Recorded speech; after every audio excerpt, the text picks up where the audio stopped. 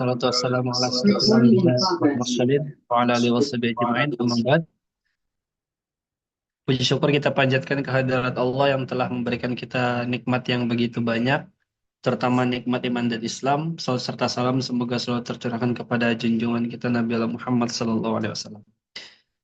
Sebelumnya kami ucapkan ahlan wa sahlan kepada Ustaz Syihab, kemudian kepada Pak Hanawa, Pak Hendar, Pak Dery, kemudian Pak Haryadi dan yang lainnya, jajaran-jajaran yang lainnya, kami ucapkan ahlan wa sahlan, selamat datang di Zoom yang kedua ini. Untuk mempersingkat waktu, Bapak-bapak, Ibu-ibu dan sekalian, kita langsung saja.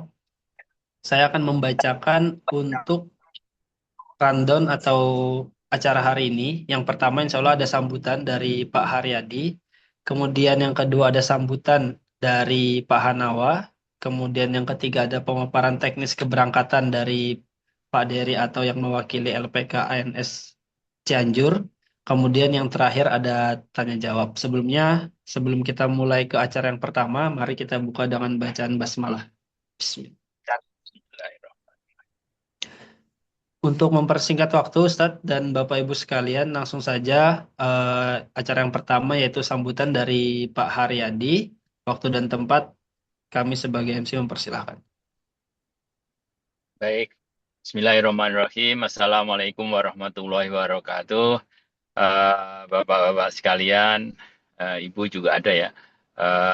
Pak Kiai Sihab, kemudian Pak Hanawa, Mas Dery, dan ini ada Mas Rahmat juga ini. Silahkan dibuka saja kameranya biar saling kenal ya.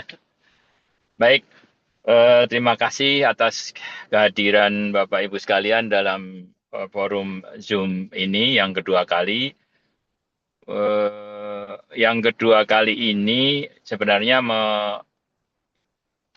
menekankan kepada yang sudah mendaftar untuk nanti Mas Dery akan banyak menjelaskan teknis-teknisnya, langkah-langkahnya seperti apa untuk memulai kelas ini. Insya Allah kita akan mulai di 1 Agustus di Solo ya, di asrama. Kemudian satu lagi yang saya ingin tambahkan bahwa program kita bekerja maupun bekerja ke Jepang itu ada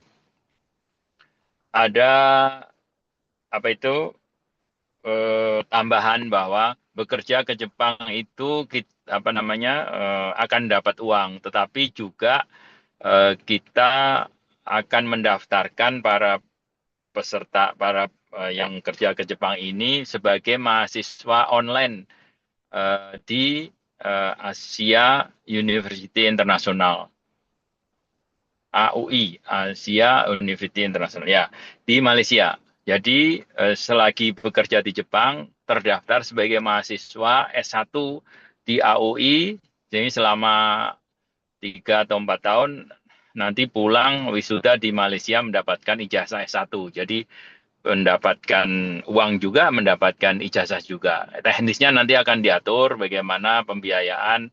Biayanya sangat murah, online, nanti sesekali ada offline ketemu di Jepang gitu. Nah, saya kira itu saja yang dari saya. Saya kembalikan ke moderator. Terima kasih. Assalamualaikum warahmatullahi wabarakatuh. Waalaikumsalam warahmatullahi wabarakatuh. Terima kasih kepada Pak Haryadi. Kemudian untuk acara selanjutnya, yaitu ada sambutan dari Pak Hanawa dari perwakilan dari PT Amanat Negeri Sakura juga. Waktu dan tempat kami persilahkan.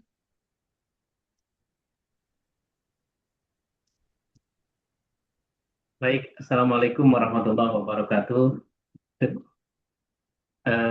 Terima kasih ke ke moderator yang telah memberikan waktu, dan terima kasih ke Pak Yayi dan rekan-rekan semua yang tidak bisa saya sebutkan satu persatu. Hari ini di Jepang musim panas ya. Jadi di Eropa udah tahu Pak, panasnya luar biasa. Jepang juga sekarang ini udah mendekati panas yang mengikuti seperti itu ya, tapi belum seperti itu. Mudah-mudahan tidak. Ya, masih ada angin-angin nih di Jepang ini. Dan alhamdulillah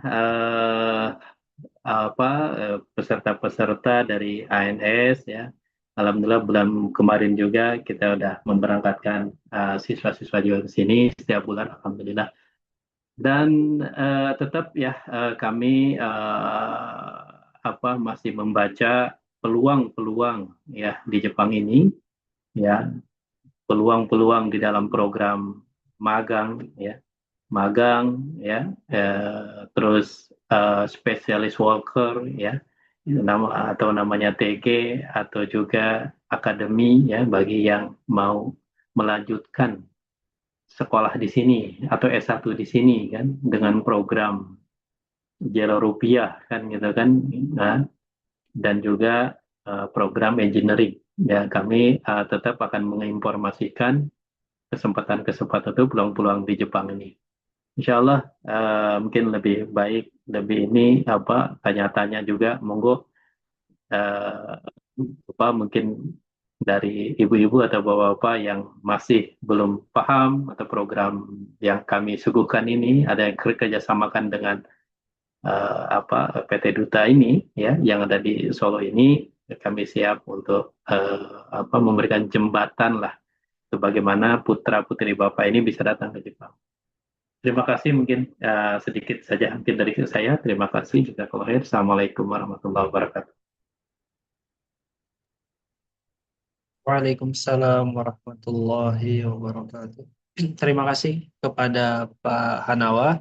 Kemudian acara selanjutnya yaitu pemaparan teknis keberangkatan dari LPKNS Cianjur kepada Pak Dery atau yang mewakili. Waktu dan tempat kami persilakan. Oke, ya. Bismillahirrahmanirrahim. Assalamualaikum warahmatullahi wabarakatuh. Ya, Waalaikumsalam warahmatullahi wabarakatuh. ya. Terima kasih sebelumnya untuk moderator sudah memberikan kesempatan mungkin untuk sharing ataupun menyampaikan alur dari pendaftaran sampai keberangkatan ke Jepang, program kerja ini seperti apa ya. Insya Allah akan kami sampaikan ya. Sebelumnya mohon maaf, saya sama Pak Hendar mungkin ini Zoom-nya di luar ruangan karena berbenturan dengan agenda kami di sini yang harus berkunjung ke Dinas Ketenagakerjaan. Ya. Oke, mungkin untuk alur yang akan kami sampaikan itu alur mengenai program magang atau program kerja ke Jepang. Nah, mungkin perlu diketahui untuk semuanya atau oleh semuanya. Di sini kan yang tampak hadir itu selain siswa ada juga orang tua siswa mungkin ya? Atau hanya siswa saja? Izin.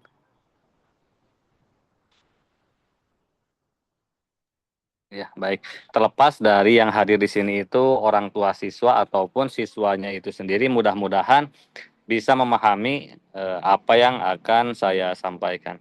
Dan kalaupun nanti ada hal-hal yang memang belum bisa tercapai atau belum sepenuhnya dipahami, bisa ditanyakan di sesi tanya jawab ya. Jadi pertama, mungkin untuk alurnya itu alangkah baiknya kita sudah ada grup WhatsApp ya, atau barangkali sudah ada grup WhatsApp yang sudah dikelola oleh admin dari LPK Duta oleh Mas Febri mungkin ya. Ya. Nah, nanti kan segala bentuk pengumuman atau pemberitahuan ya insya Allah akan diumumkan oleh Mas Febri di grup WhatsApp tersebut. Nah, jadi untuk alurnya itu seperti apa? Ya pertama itu kita daftar terlebih dahulu ya. Nah, setelah daftar ke Mas Febri atau ke kontak yang sudah ditentukan oleh admin atau manajemen dari LPK Duta ini itu ya bisa mendaftar di sana. Nah, setelah mendaftar mungkin nanti akan ada seleksi atau tes yang mungkin tesnya juga akan disediakan oleh manajemen dari LPK Duta. Nah, kemudian setelah tes atau seleksi pertama sudah dilaksanakan, langkah kedua itu kita akan mulai ke tahap medical check up ya. Nah, untuk yang medical check up di sini itu medical check up yang full ya atau yang general. Nah, mungkin ada pertanyaan kenapa harus medical check up yang full atau yang general sedangkan kita sendiri belum masuk LPK kan gitu. Mungkin di antara adik-adik atau orang tua siswa ada pertanyaan seperti itu. Nah, kenapa harus medical check up yang full itu? Karena kalau misalkan medical check up-nya itu katakanlah pada saat pembelajaran atau sudah dekat ke pemberangkatan. Amit-amitnya itu ya kita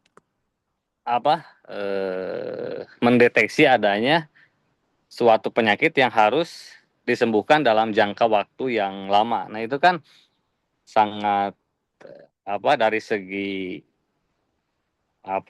fisik, materi mungkin sudah banyak terbuang gitu kan dibanding dengan di medical check up kan pada awal sebelum masuk pembelajaran gitu. Nah, sekalipun ada penyakit yang perlu diobati itu kan dari segi tenaga, uang dan pikiran belum banyak yang terbuang.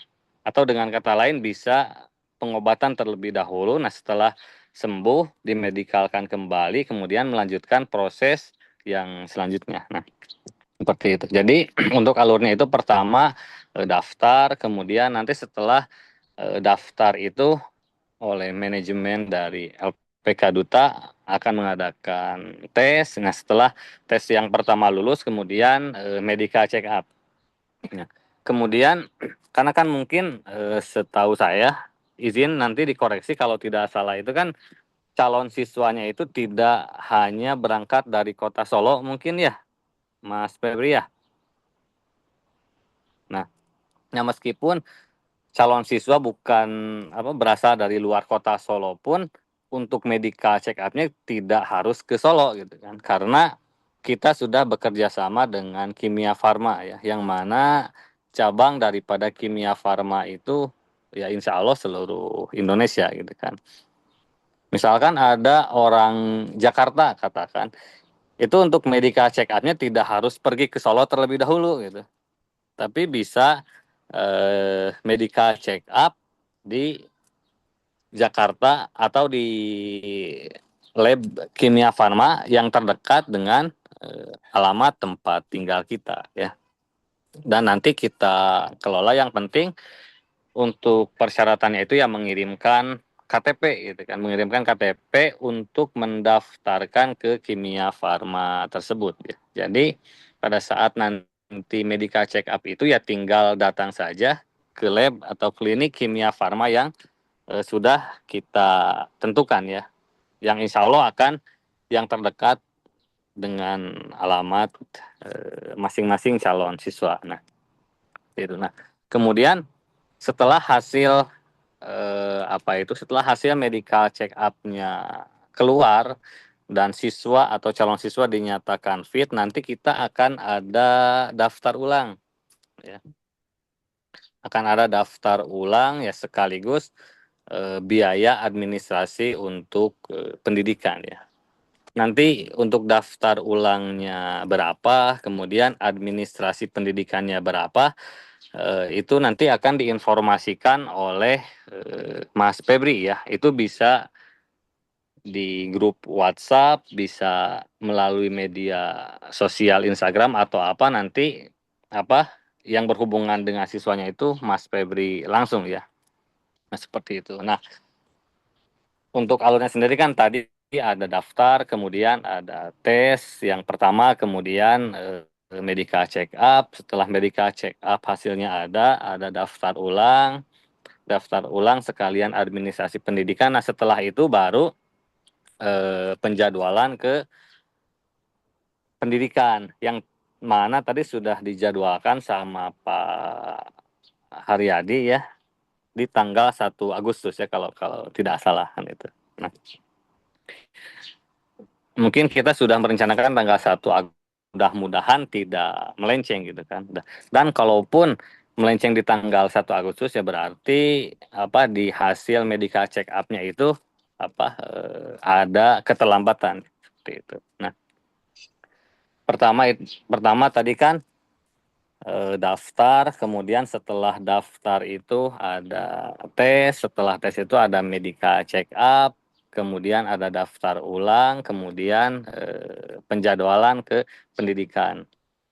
Nah, untuk pendidikannya sendiri, misalkan di kita di LPKNS itu sampai level N4 atau kalau GFT itu GFT 2 itu ya 4 sampai 5 bulan gitu kan. Atau paling lambat itu 6 bulan. Nah, meskipun kita sudah merencanakan 4 sampai 5 bulan itu ya tergantung daripada motivasi atau keinginan dari si calon siswa ini gitu atau dari kalian sendiri gitu kan. Karena sebetulnya 4 sampai 5 bulan itu waktu yang sangat mepet ya.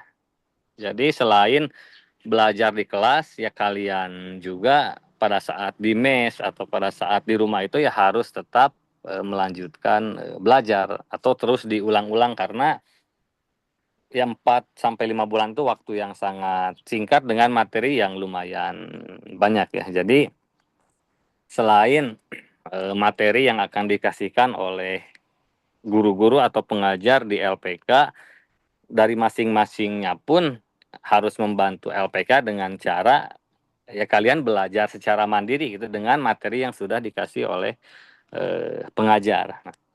Nah, kemudian setelah proses belajar atau pada saat proses belajar itu misalkan ada job order dari Jepang, kalau misalkan si siswanya itu dinyatakan layak untuk diikutkan wawancara atau mensetsu itu ya akan diikutkan ke tahap wawancara ya.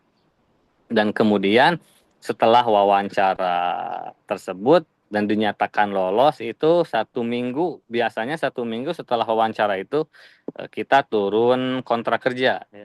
Nah, setelah turun kontrak kerja itu kita proses ke dokumen keberangkatan gitu kan.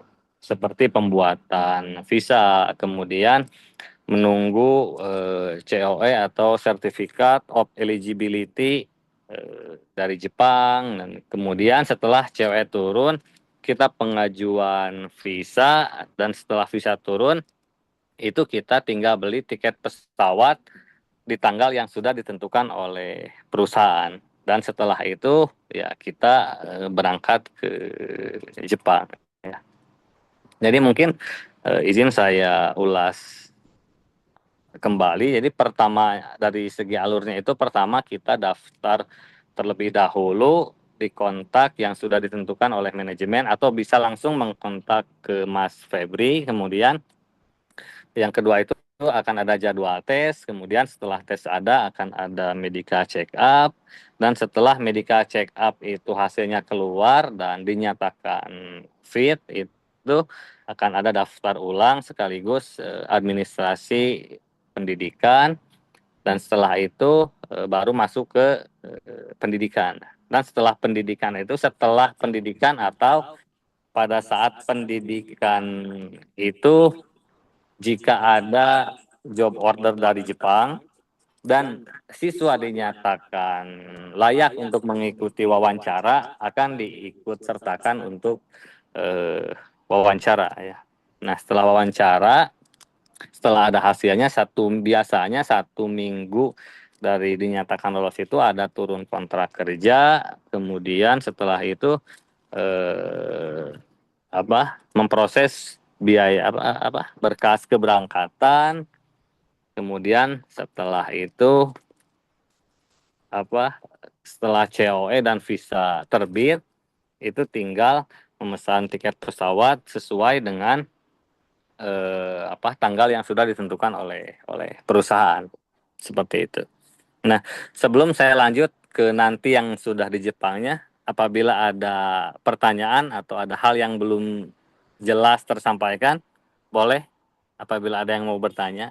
Dan kalau misalkan tidak ada, akan saya sedikit lanjutkan ke setelah sampai di Jepang itu harus seperti apa. Seperti itu mungkin. Izin, saya kembalikan dulu ke moderator. Oh, baik. Terima kasih kepada Pak Dery. Mungkin sambil teman-teman yang hadir di Zoom ini menyiapkan pertanyaan, Pak Dery, ini Baik, ada titip pertanyaan baik, dari baik. beberapa calon pendaftar yang sebelumnya sudah menanyakan ke saya. Saya ambil mungkin 2 sampai 3 pertanyaan aja ya, Pak Dery, Baik, untuk baik, baik. sebagai pertanyaan yang paling sering muncul. Baik, baik. Yang pertama itu untuk kesehatan Baik. itu eh yang sekiranya sangat urgent atau biasanya kemungkinan besarnya itu tidak lolos itu tuh biasanya di penyakit apa? Misalkan ini ada salah satu calon pendaftar yang dia Ya, itu gigi depannya lepas tapi secara fisik sehat gitu. Maksudnya yang bermasalah hanya sebatas di gigi itu apakah bisa lolos gitu. Misalnya kan di luar ya, dari ya. paru-paru, mah dan lain sebagainya itu yang Hmm, pertama. hmm. Kemudian yang Ya, kedua, ketiga ini yang paling banyak ditanyakan untuk waktu tunggu setelah dari selesai program, misalkan kan program 4 sampai 6 bulan kemudian dapat sertifikat N4. Nah, ya. menunggu sampai dapat giliran wawancara itu biasanya berapa bulan di luar Baik, dari baik. kesiapan siswanya dan Ya, kira ketika sudah keterima dengan kontrak magang itu kira-kira besaran gajinya itu berapa? Mungkin itu dulu Pak Dery baik, baik, sebagai baik. pertanyaan yang sering muncul kepada kami sebagai admin. Ya, ya. Mungkin izin saya ulangi kembali. Mungkin yang pertama yang ditanyakan itu eh, penyakit itu apa saja sih yang tidak diperbolehkan ke Jepang? Mungkin pertama itu ya. Oke. Itu. Kemudian yang kedua itu dari setelah proses belajar selesai sampai ikut wawancara itu berapa lama kan itu ya? Yang Ya, kedua, kemudian yang ketiga itu apa? Salary atau gaji yang akan diterima oleh pemagang itu berapa sih seperti itu mungkin ya? iya betul. Ya, Oke. baik, baik. Jadi pertama umumnya penyakit itu yang tidak diperbolehkan masuk Jepang itu ya pertama ya riwayat penyakit berat ya atau kalau di kita itu TBC ya tuberkulosis atau TB paru-paru ya karena kalau misalkan paru-paru itu ya akan menularkan kan seperti itu. Dan kemudian yang kedua itu patah tulang ya. Jadi kalau misalkan ada riwayat penyakit atau ada riwayat pernah patah tulang itu kenapa tidak diperbolehkan? Karena di Jepang itu kan mungkin beda dengan di Indonesia yang hanya ada musim hujan sama musim kemarau ya. Sedangkan di Jepang sendiri kan ada 4 musim, diantaranya musim gugur, musim panas, musim semi, kemudian musim dingin ya. Nah, yang biasanya timbul masalah itu pada saat musim dingin ya. Kenapa timbul masalah? Karena yang belum atau yang tidak ada riwayat patah tulang saja itu ngilu ke tulangnya itu ya benar-benar ngilu gitu kan. Apalagi ada kondisi siswa yang pernah memiliki riwayat patah tulang itu ya sakitnya mungkin hanya diri sendiri yang bisa merasakan kan gitu. Jadi Abang, harus saya sampaikan bahwa adik-adik atau calon siswa tersebut harus jujur ke kami gitu kan. Ya mungkin bisa saja berbohong, oh ya belum pernah mengalami patah tulang gitu. Ya biar diloloskan, ya. Tapi yang akan kesusahan atau kerepotan itu ya diri kita sendiri gitu kan nanti pada saat musim dingin di Jepang kan gitu. Nah, itu kemudian yang ke selanjutnya itu yang mengenai gigi itu ya kalau misalkan ada gigi bolong itu selama gigi bolongnya itu ditambal itu tidak jadi masalah gitu kan. Ya. Karena gigi juga sama gitu. Nanti kerasa sakitnya itu pada saat musim dingin gitu kan. Ya mungkin kayak contoh sederhananya misalkan kita punya gigi bolong terus kita minum air es itu kan ngilunya seperti apa gitu. Nah, ya kalau tidak ditambal, ya kalau misalkan dibiarkan seperti itu ya nanti ngilunya itu ya gimana pada saat kita minum air dingin seperti itu sih. Nah, seperti itu.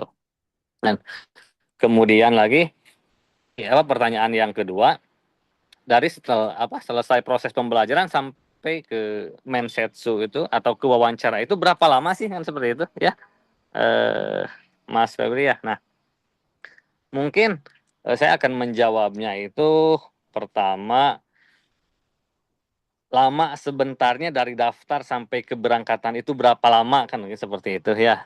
Jadi saya jawabnya bukan dari setelah pendidikan, tapi dari daftar sampai ke keberangkatan itu berapa lama sih, kan itu. Nah, pertama harus kami sampaikan bahwa dari daftar sampai berangkat itu berapa lama kita juga tidak tahu ya. Pertama itu harus digarisbawahi ya. Pertama, kita tidak tahu. Kenapa seperti itu? Karena faktornya itu lumayan banyak ya. Pertama, ada tidaknya job di Jepang gitu kan. Nah, kemudian yang kedua tadi kan ada tidaknya job di Jepang. Misalkan jobnya sudah ada nih. Kemudian yang kedua, si siswa itu minat tidak ke job tersebut gitu ya.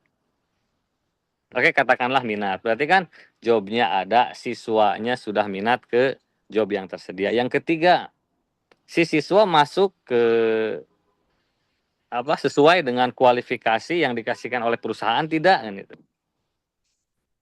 Katakanlah masuk. Jadi kan pertama jobnya ada, yang kedua siswanya minat ke job tersebut. Yang ketiga, siswanya masuk kualifikasi perusahaan. Kemudian yang keempatnya itu pada saat wawancara lolos tidak. Nah, seperti itu. Jadi mungkin fokus utamanya itu bukan dari daftar sampai berangkat itu berapa lama gitu, tapi fokus utama saat ini untuk adik-adik atau calon siswa itu bagaimana caranya saya harus mendapatkan N4 terlebih dahulu gitu, atau bahasa Jepang level 4 terlebih dahulu gitu kan. Karena kalau sudah ada sertifikat bahasa Jepang level N4 itu ya berarti hampir 70% itu sudah dekat ke keberangkatan gitu kan. Karena kita tidak bisa berbicara ikut mensetsu iya dan tidaknya kalau misalkan kitanya aja belum ada sertifikat gitu. Seperti itu ya. Jadi kami harap fokus utamanya itu bukan dari daftar ke berangkat berapa lama, tapi bagaimana caranya saya harus secepat mungkin dapat lulus dari ujian sertifikasi bahasa Jepang level 4. Seperti itu. Kemudian yang pertanyaan yang ketiga itu, ya biasanya rata-rata yang didapatkan oleh pemagang yang magang atau yang kerja di Jepang itu berapa sih, kan gitu. Ya rata-rata itu di angka 16 sampai 18 juta ya. Dengan berbagai potongan, ada asuransi kesehatan gitu kan, kemudian ada pajak penghasilan, kemudian lagi ada jaminan hari tua dengan potongan ya kurang lebih 4 sampai 5 juta, yang mungkin bersihnya itu ya di angka 13 sampai 14 juta. Itu belum termasuk lembur ya. Nah, tadi kan ada jaminan hari tua yang memang lumayan gede ya. Kadang 1,5 juta sampai 2 juta gitu yang dipotong oleh yang harus menyetor ke pemerintahan Jepang itu. Nah, meskipun dipotongnya itu lumayan gede, 1,5 juta sampai 2 juta, tapi setelah kita pulang ke Indonesia, yang jaminan hari tua itu akan kembali lagi ke kita ya. Kecuali yang pajak penghasilan, kemudian biaya asuransi kesehatan, nah mungkin itu ya tidak akan dikembalikan gitu kan. Dan itu nominalnya pun tidak sebesar yang jaminan hari tua yang sampai 1,5 juta atau 1,5 juta sampai 2 juta itu gitu kan. Seperti itu. Ya mudah-mudahan bisa terjawab apa yang ditanyakan oleh Mas Febri maupun oleh orang tua atau calon siswa di sini ya. Ya, terima kasih kepada Pak Dery untuk jawaban dari beberapa pertanyaannya. Mungkin setelah ini yang mau disampaikan tadi, lanjutan dari yang tadi dari Pak Dery kami persilahkan. Setelah itu nanti teman-teman yang mau bertanya bisa lewat kolom komentar. Nanti ada silakan dituliskan nomor WhatsApp dan namanya. Kalau nanti belum terjawab secara langsung, nanti mungkin bisa lewat admin aja nih Pak Dery. Nanti mungkin kita Baik, izin baik. konsultasi ke Pak Dery juga karena setelah ini mungkin ada sedikit Apa? sambutan Oh, juga persilakan atau giliran nasihat ya. juga dari Ustadz Syihab. Jadi nanti setelah dari Pak Persilakan Dery izin. penyampaian yang di Maaf, Jepang, izin. kemudian nanti dari Ustadz Syihab, kemudian nanti kita penutupan. Kalau memang ada waktu untuk tanya jawab, kita tanya jawab dulu. Kalau sudah zuhur, mungkin kita lanjutkan via Japri gitu aja nih Pak Oh ya, Dery. baik, Izin. baik, baik, baik, baik ya. Oh ya, mungkin nanti Mas Febri Tapi dikoreksi aku kalau pesen cawate sing arep dienggo hotel Pak Sugeng Bro. Duh. Iya. ya mungkin apa itu ya mungkin nanti koreksi kalau salah.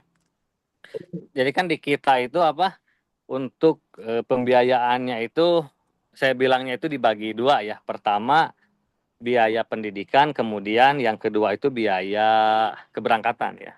Nah, dan mungkin yang perlu disiapkan oleh orang tua siswa atau calon siswa di sini itu ya hanya biaya pendidikannya saja mungkin ya. Yang besarannya ya mungkin tidak sebesar biaya keberangkatan. Nah, pertama kan dibagi dua, pertama biaya pendidikan, kemudian kedua itu biaya keberangkatan. Nah, untuk yang biaya keberangkatannya itu ya mungkin nanti ya insya Allah akan ada dana talang ya dari koperasi yang sudah kami sediakan juga ya. Nah, itu. Dan kemudian nanti pada saat setelah kontrak kerja turun itu kan ada invoice mungkinnya yang akan dikasihkan ke siswa harus apa itu harus melunasi biaya keberangkatan. Nah, jadi para orang tua atau misalkan calon siswa itu ya tidak perlu langsung menyiapkan uang secara cash gitu kan, tapi hanya mendaftar atau ngasih persyaratan yang diperlukan untuk dana talang tersebut ya. Dan mungkin nanti untuk pembahasan dana talang berhubung waktu sekarang itu sedikit, jadi mungkin akan dibahas di momen yang terpisah mungkin itu ya. Oke, mungkin akan melanjutkan yang tadi saya sampaikan itu. Tadi kan dari awal daftar sampai berangkat. Nah, kemudian setelah di Jepangnya itu kan kita akan dijemput oleh pihak perusahaan atau pihak Kumiai.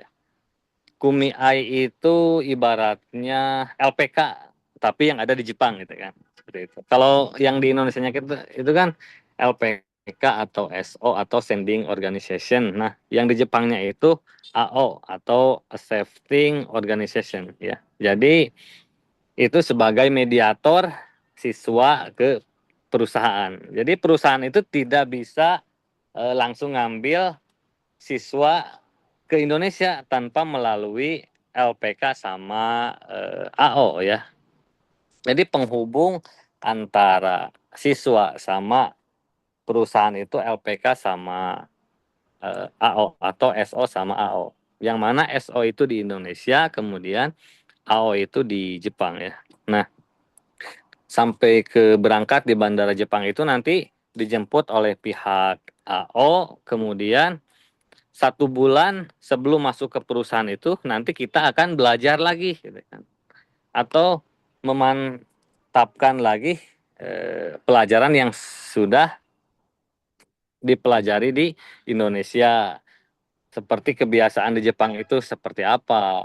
Kemudian ada sosialisasi dari pemadam kebakaran Jepang, dari kepolisian Jepang, cara berlalu lintas di sana itu seperti apa gitu kan. Kemudian ke kantor pos untuk pendaftaran diri kita bahwa kita sudah atau di kita itu minta domisili ke desa lah, kurang lebih seperti itu di 1 bulan selama di Senta. Nah, setelah pembelajaran 1 bulan di Senta atau di center AO itu, setelah selesai nanti kita diantarkan oleh Kumiai atau AO tadi ke perusahaan.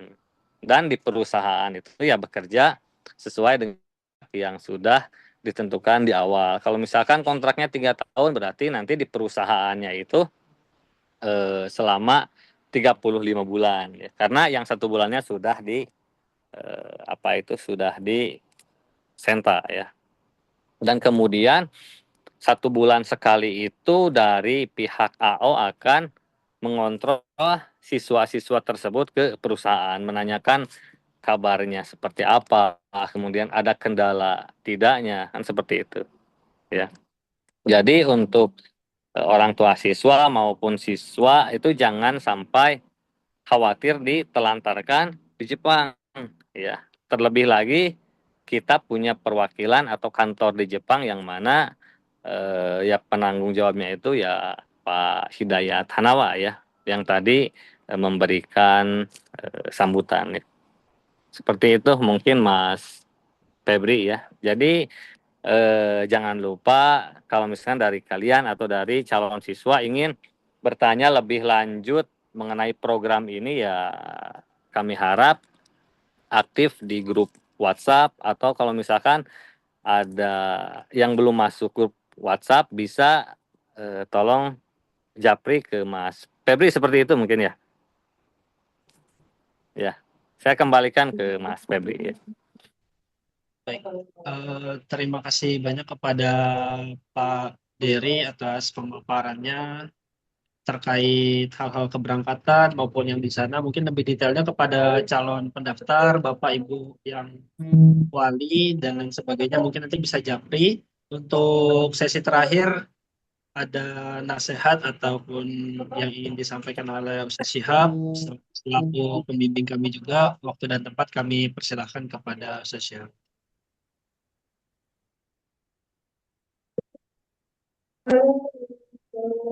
Sadar saat tunggu selesai adab ya.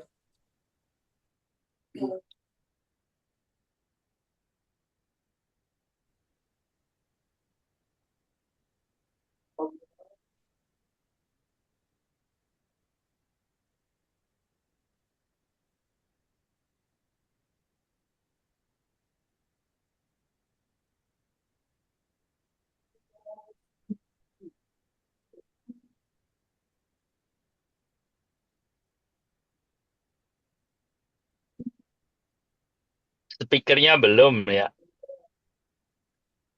Ya, masih adzan, Pak. Oh iya iya iya. Ya.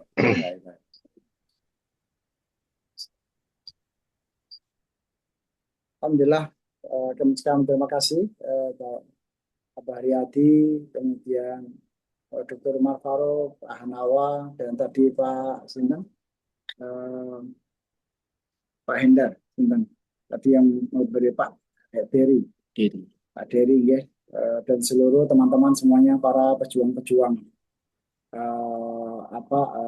pejuang-pejuang maisha di setiap niat-niat kita untuk bekerja.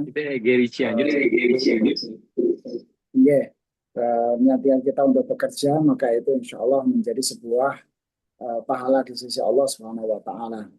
Di mana saat Rasulullah pernah melihat seseorang yang kelihatan badannya kekar, kemudian saat salaman tangannya itu kasar, maka Rasulullah mencium tangan tersebut dan beliau mengatakan tangan inilah yang mengantarkan ke surga. Artinya siapapun berjihad itu tidak hanya membela negara, tapi berjihad itu adalah mencari ma'isyah agar supaya kita tidak jatuh kepada sesuatu yang haram. Kita mencari bekerja famshu fi manakibiha, dan berjalanlah di muka bumi, wa kulu mir rizqih, dan makanlah dari rezeki-rezeki yang telah aku berikan kepada engkau.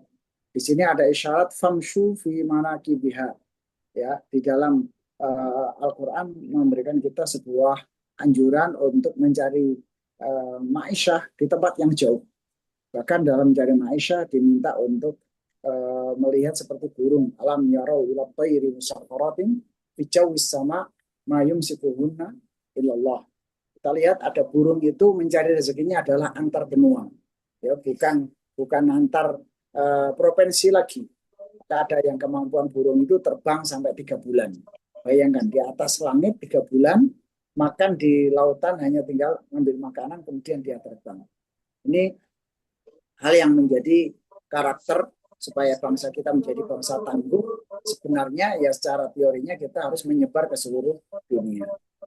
Saya sangat apresiasi pada seluruh teman-teman dari LPK Bogor, juga LPK Duta Semesta Nusantara yang mengakomodasi teman-teman. Ya, ini mungkin Zoom yang memang agak mendadak ya, sehingga peserta tidak sebanyak kemarin. Tapi yang paling penting Ustaz Dr. Umar Faruk dan Pak Hanawa kan usul ini acara ini dibuat rutin. Ya, acara ini dibuat rutin aja karena ini memang kan nggak cuma proyek 1 hari 2 hari, ini proyek yang terus menerus. Teman-teman nanti kan mendengar, setelah mendengar, melihat, terus suasana bekerja di Jepang kayak apa, kita melihat video dari teman-teman yang lagi bekerja, ini yang mendasar. Kemudian yang kedua, medianya ini mungkin lebih umum ya, supaya kalau kata LPK itu kan orang menganggap bisa jadi LPK di Indonesia. Tapi kalau misalnya info Jepang gitu, info Jepang berarti ada info yang berkaitan dengan Jepang sehingga semua orang akan berminat. Itu Dr. Umar Faruk untuk pertemuan-pertemuan ini secara berkala. Teman-teman yang sudah mulai berminat ini kan perlu tambahan lagi pengetahuan. Wali-wali yang ingin konsultasi juga kepingin konsultasi. Mungkin untuk pertemuan besok itu lebih banyak tanya jawab saja. Sudah selesai, jadi tanya jawab atau nanti ada testimoni dari 1-2 orang yang ada di Jepang, kemudian langsung kita buka tanya jawab. Gitu Ustaz. Selamat semuanya. Insya Allah. Jazakumullah khair. Dan teman-teman ayo jangan ragu-ragu lagi untuk bergabung ya. Kita bisa segera closing. Untuk biaya itu Ustaz, kita ada seminar juga yang bicarakan biaya. Kalau kita nggak punya biaya gimana? Maka bisa kerjasama dengan perbankan syariah. Bank Syariah Insan Mulia insya Allah akan beri fasilitas kepada antum untuk bisa berangkat ke sana. Nanti tinggal kerja di sana, tinggal potong mukafaah atau potong gaji. Tapi itu insya Allah masih mendapatkan mukafaah yang sangat-sangat lebih dari cukup insya Allah. Demikian jazakumullah khairan. Assalamualaikum warahmatullahi wabarakatuh. Waalaikumsalam warahmatullahi wabarakatuh. Terima kasih dan jazakumullah kepada Ustaz Syihab dan kepada seluruh Bapak Ibu yang hadir. Mungkin kita cukupkan sampai di sini untuk pertemuan kali ini Ustadz dan Bapak-Bapak sekalian. Kami ucapkan terima kasih banyak juga kepada perwakilan dari LPK Cianjur, Pak Hendar, Pak Dery, kemudian tadi ada Pak Hanawa juga, kemudian kepada Ustadz Umar juga, dan rekan-rekan yang lainnya kami ucapkan jazakumullah khairan, barakallahu fikum. Semoga nanti dari Zoom ini mendapat Bapak-Bapak, Ibu-Ibu maupun calon pendaftar mendapat banyak informasi penting yang kalau ada pertanyaan nanti bisa disampaikan di grup atau bisa dijapri ke nomor admin juga. Insya Allah kami bantu menjawab satu persatu. Kita akhiri dengan bacaan hamdalah dan kafaratul majelis. Alhamdulillahirrahmanirrahim. Subhanallah. Assalamualaikum warahmatullahi wabarakatuh. Waalaikumsalam. Waalaikumsalam warahmatullahi wabarakatuh. Jangan lupa masuk ke grup WA ya. Nanti rekaman dari meeting ini ada di sana.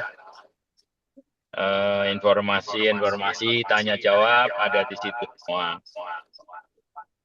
Oke, siap.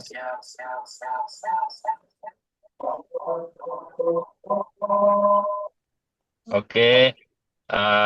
Ini nanti pertemuan seperti ini akan kita buat rutin. Informasinya ada di WA. Jadi untuk angkatan ini kita akan mulai tanggal 1 Agustus untuk di LPK di Solo.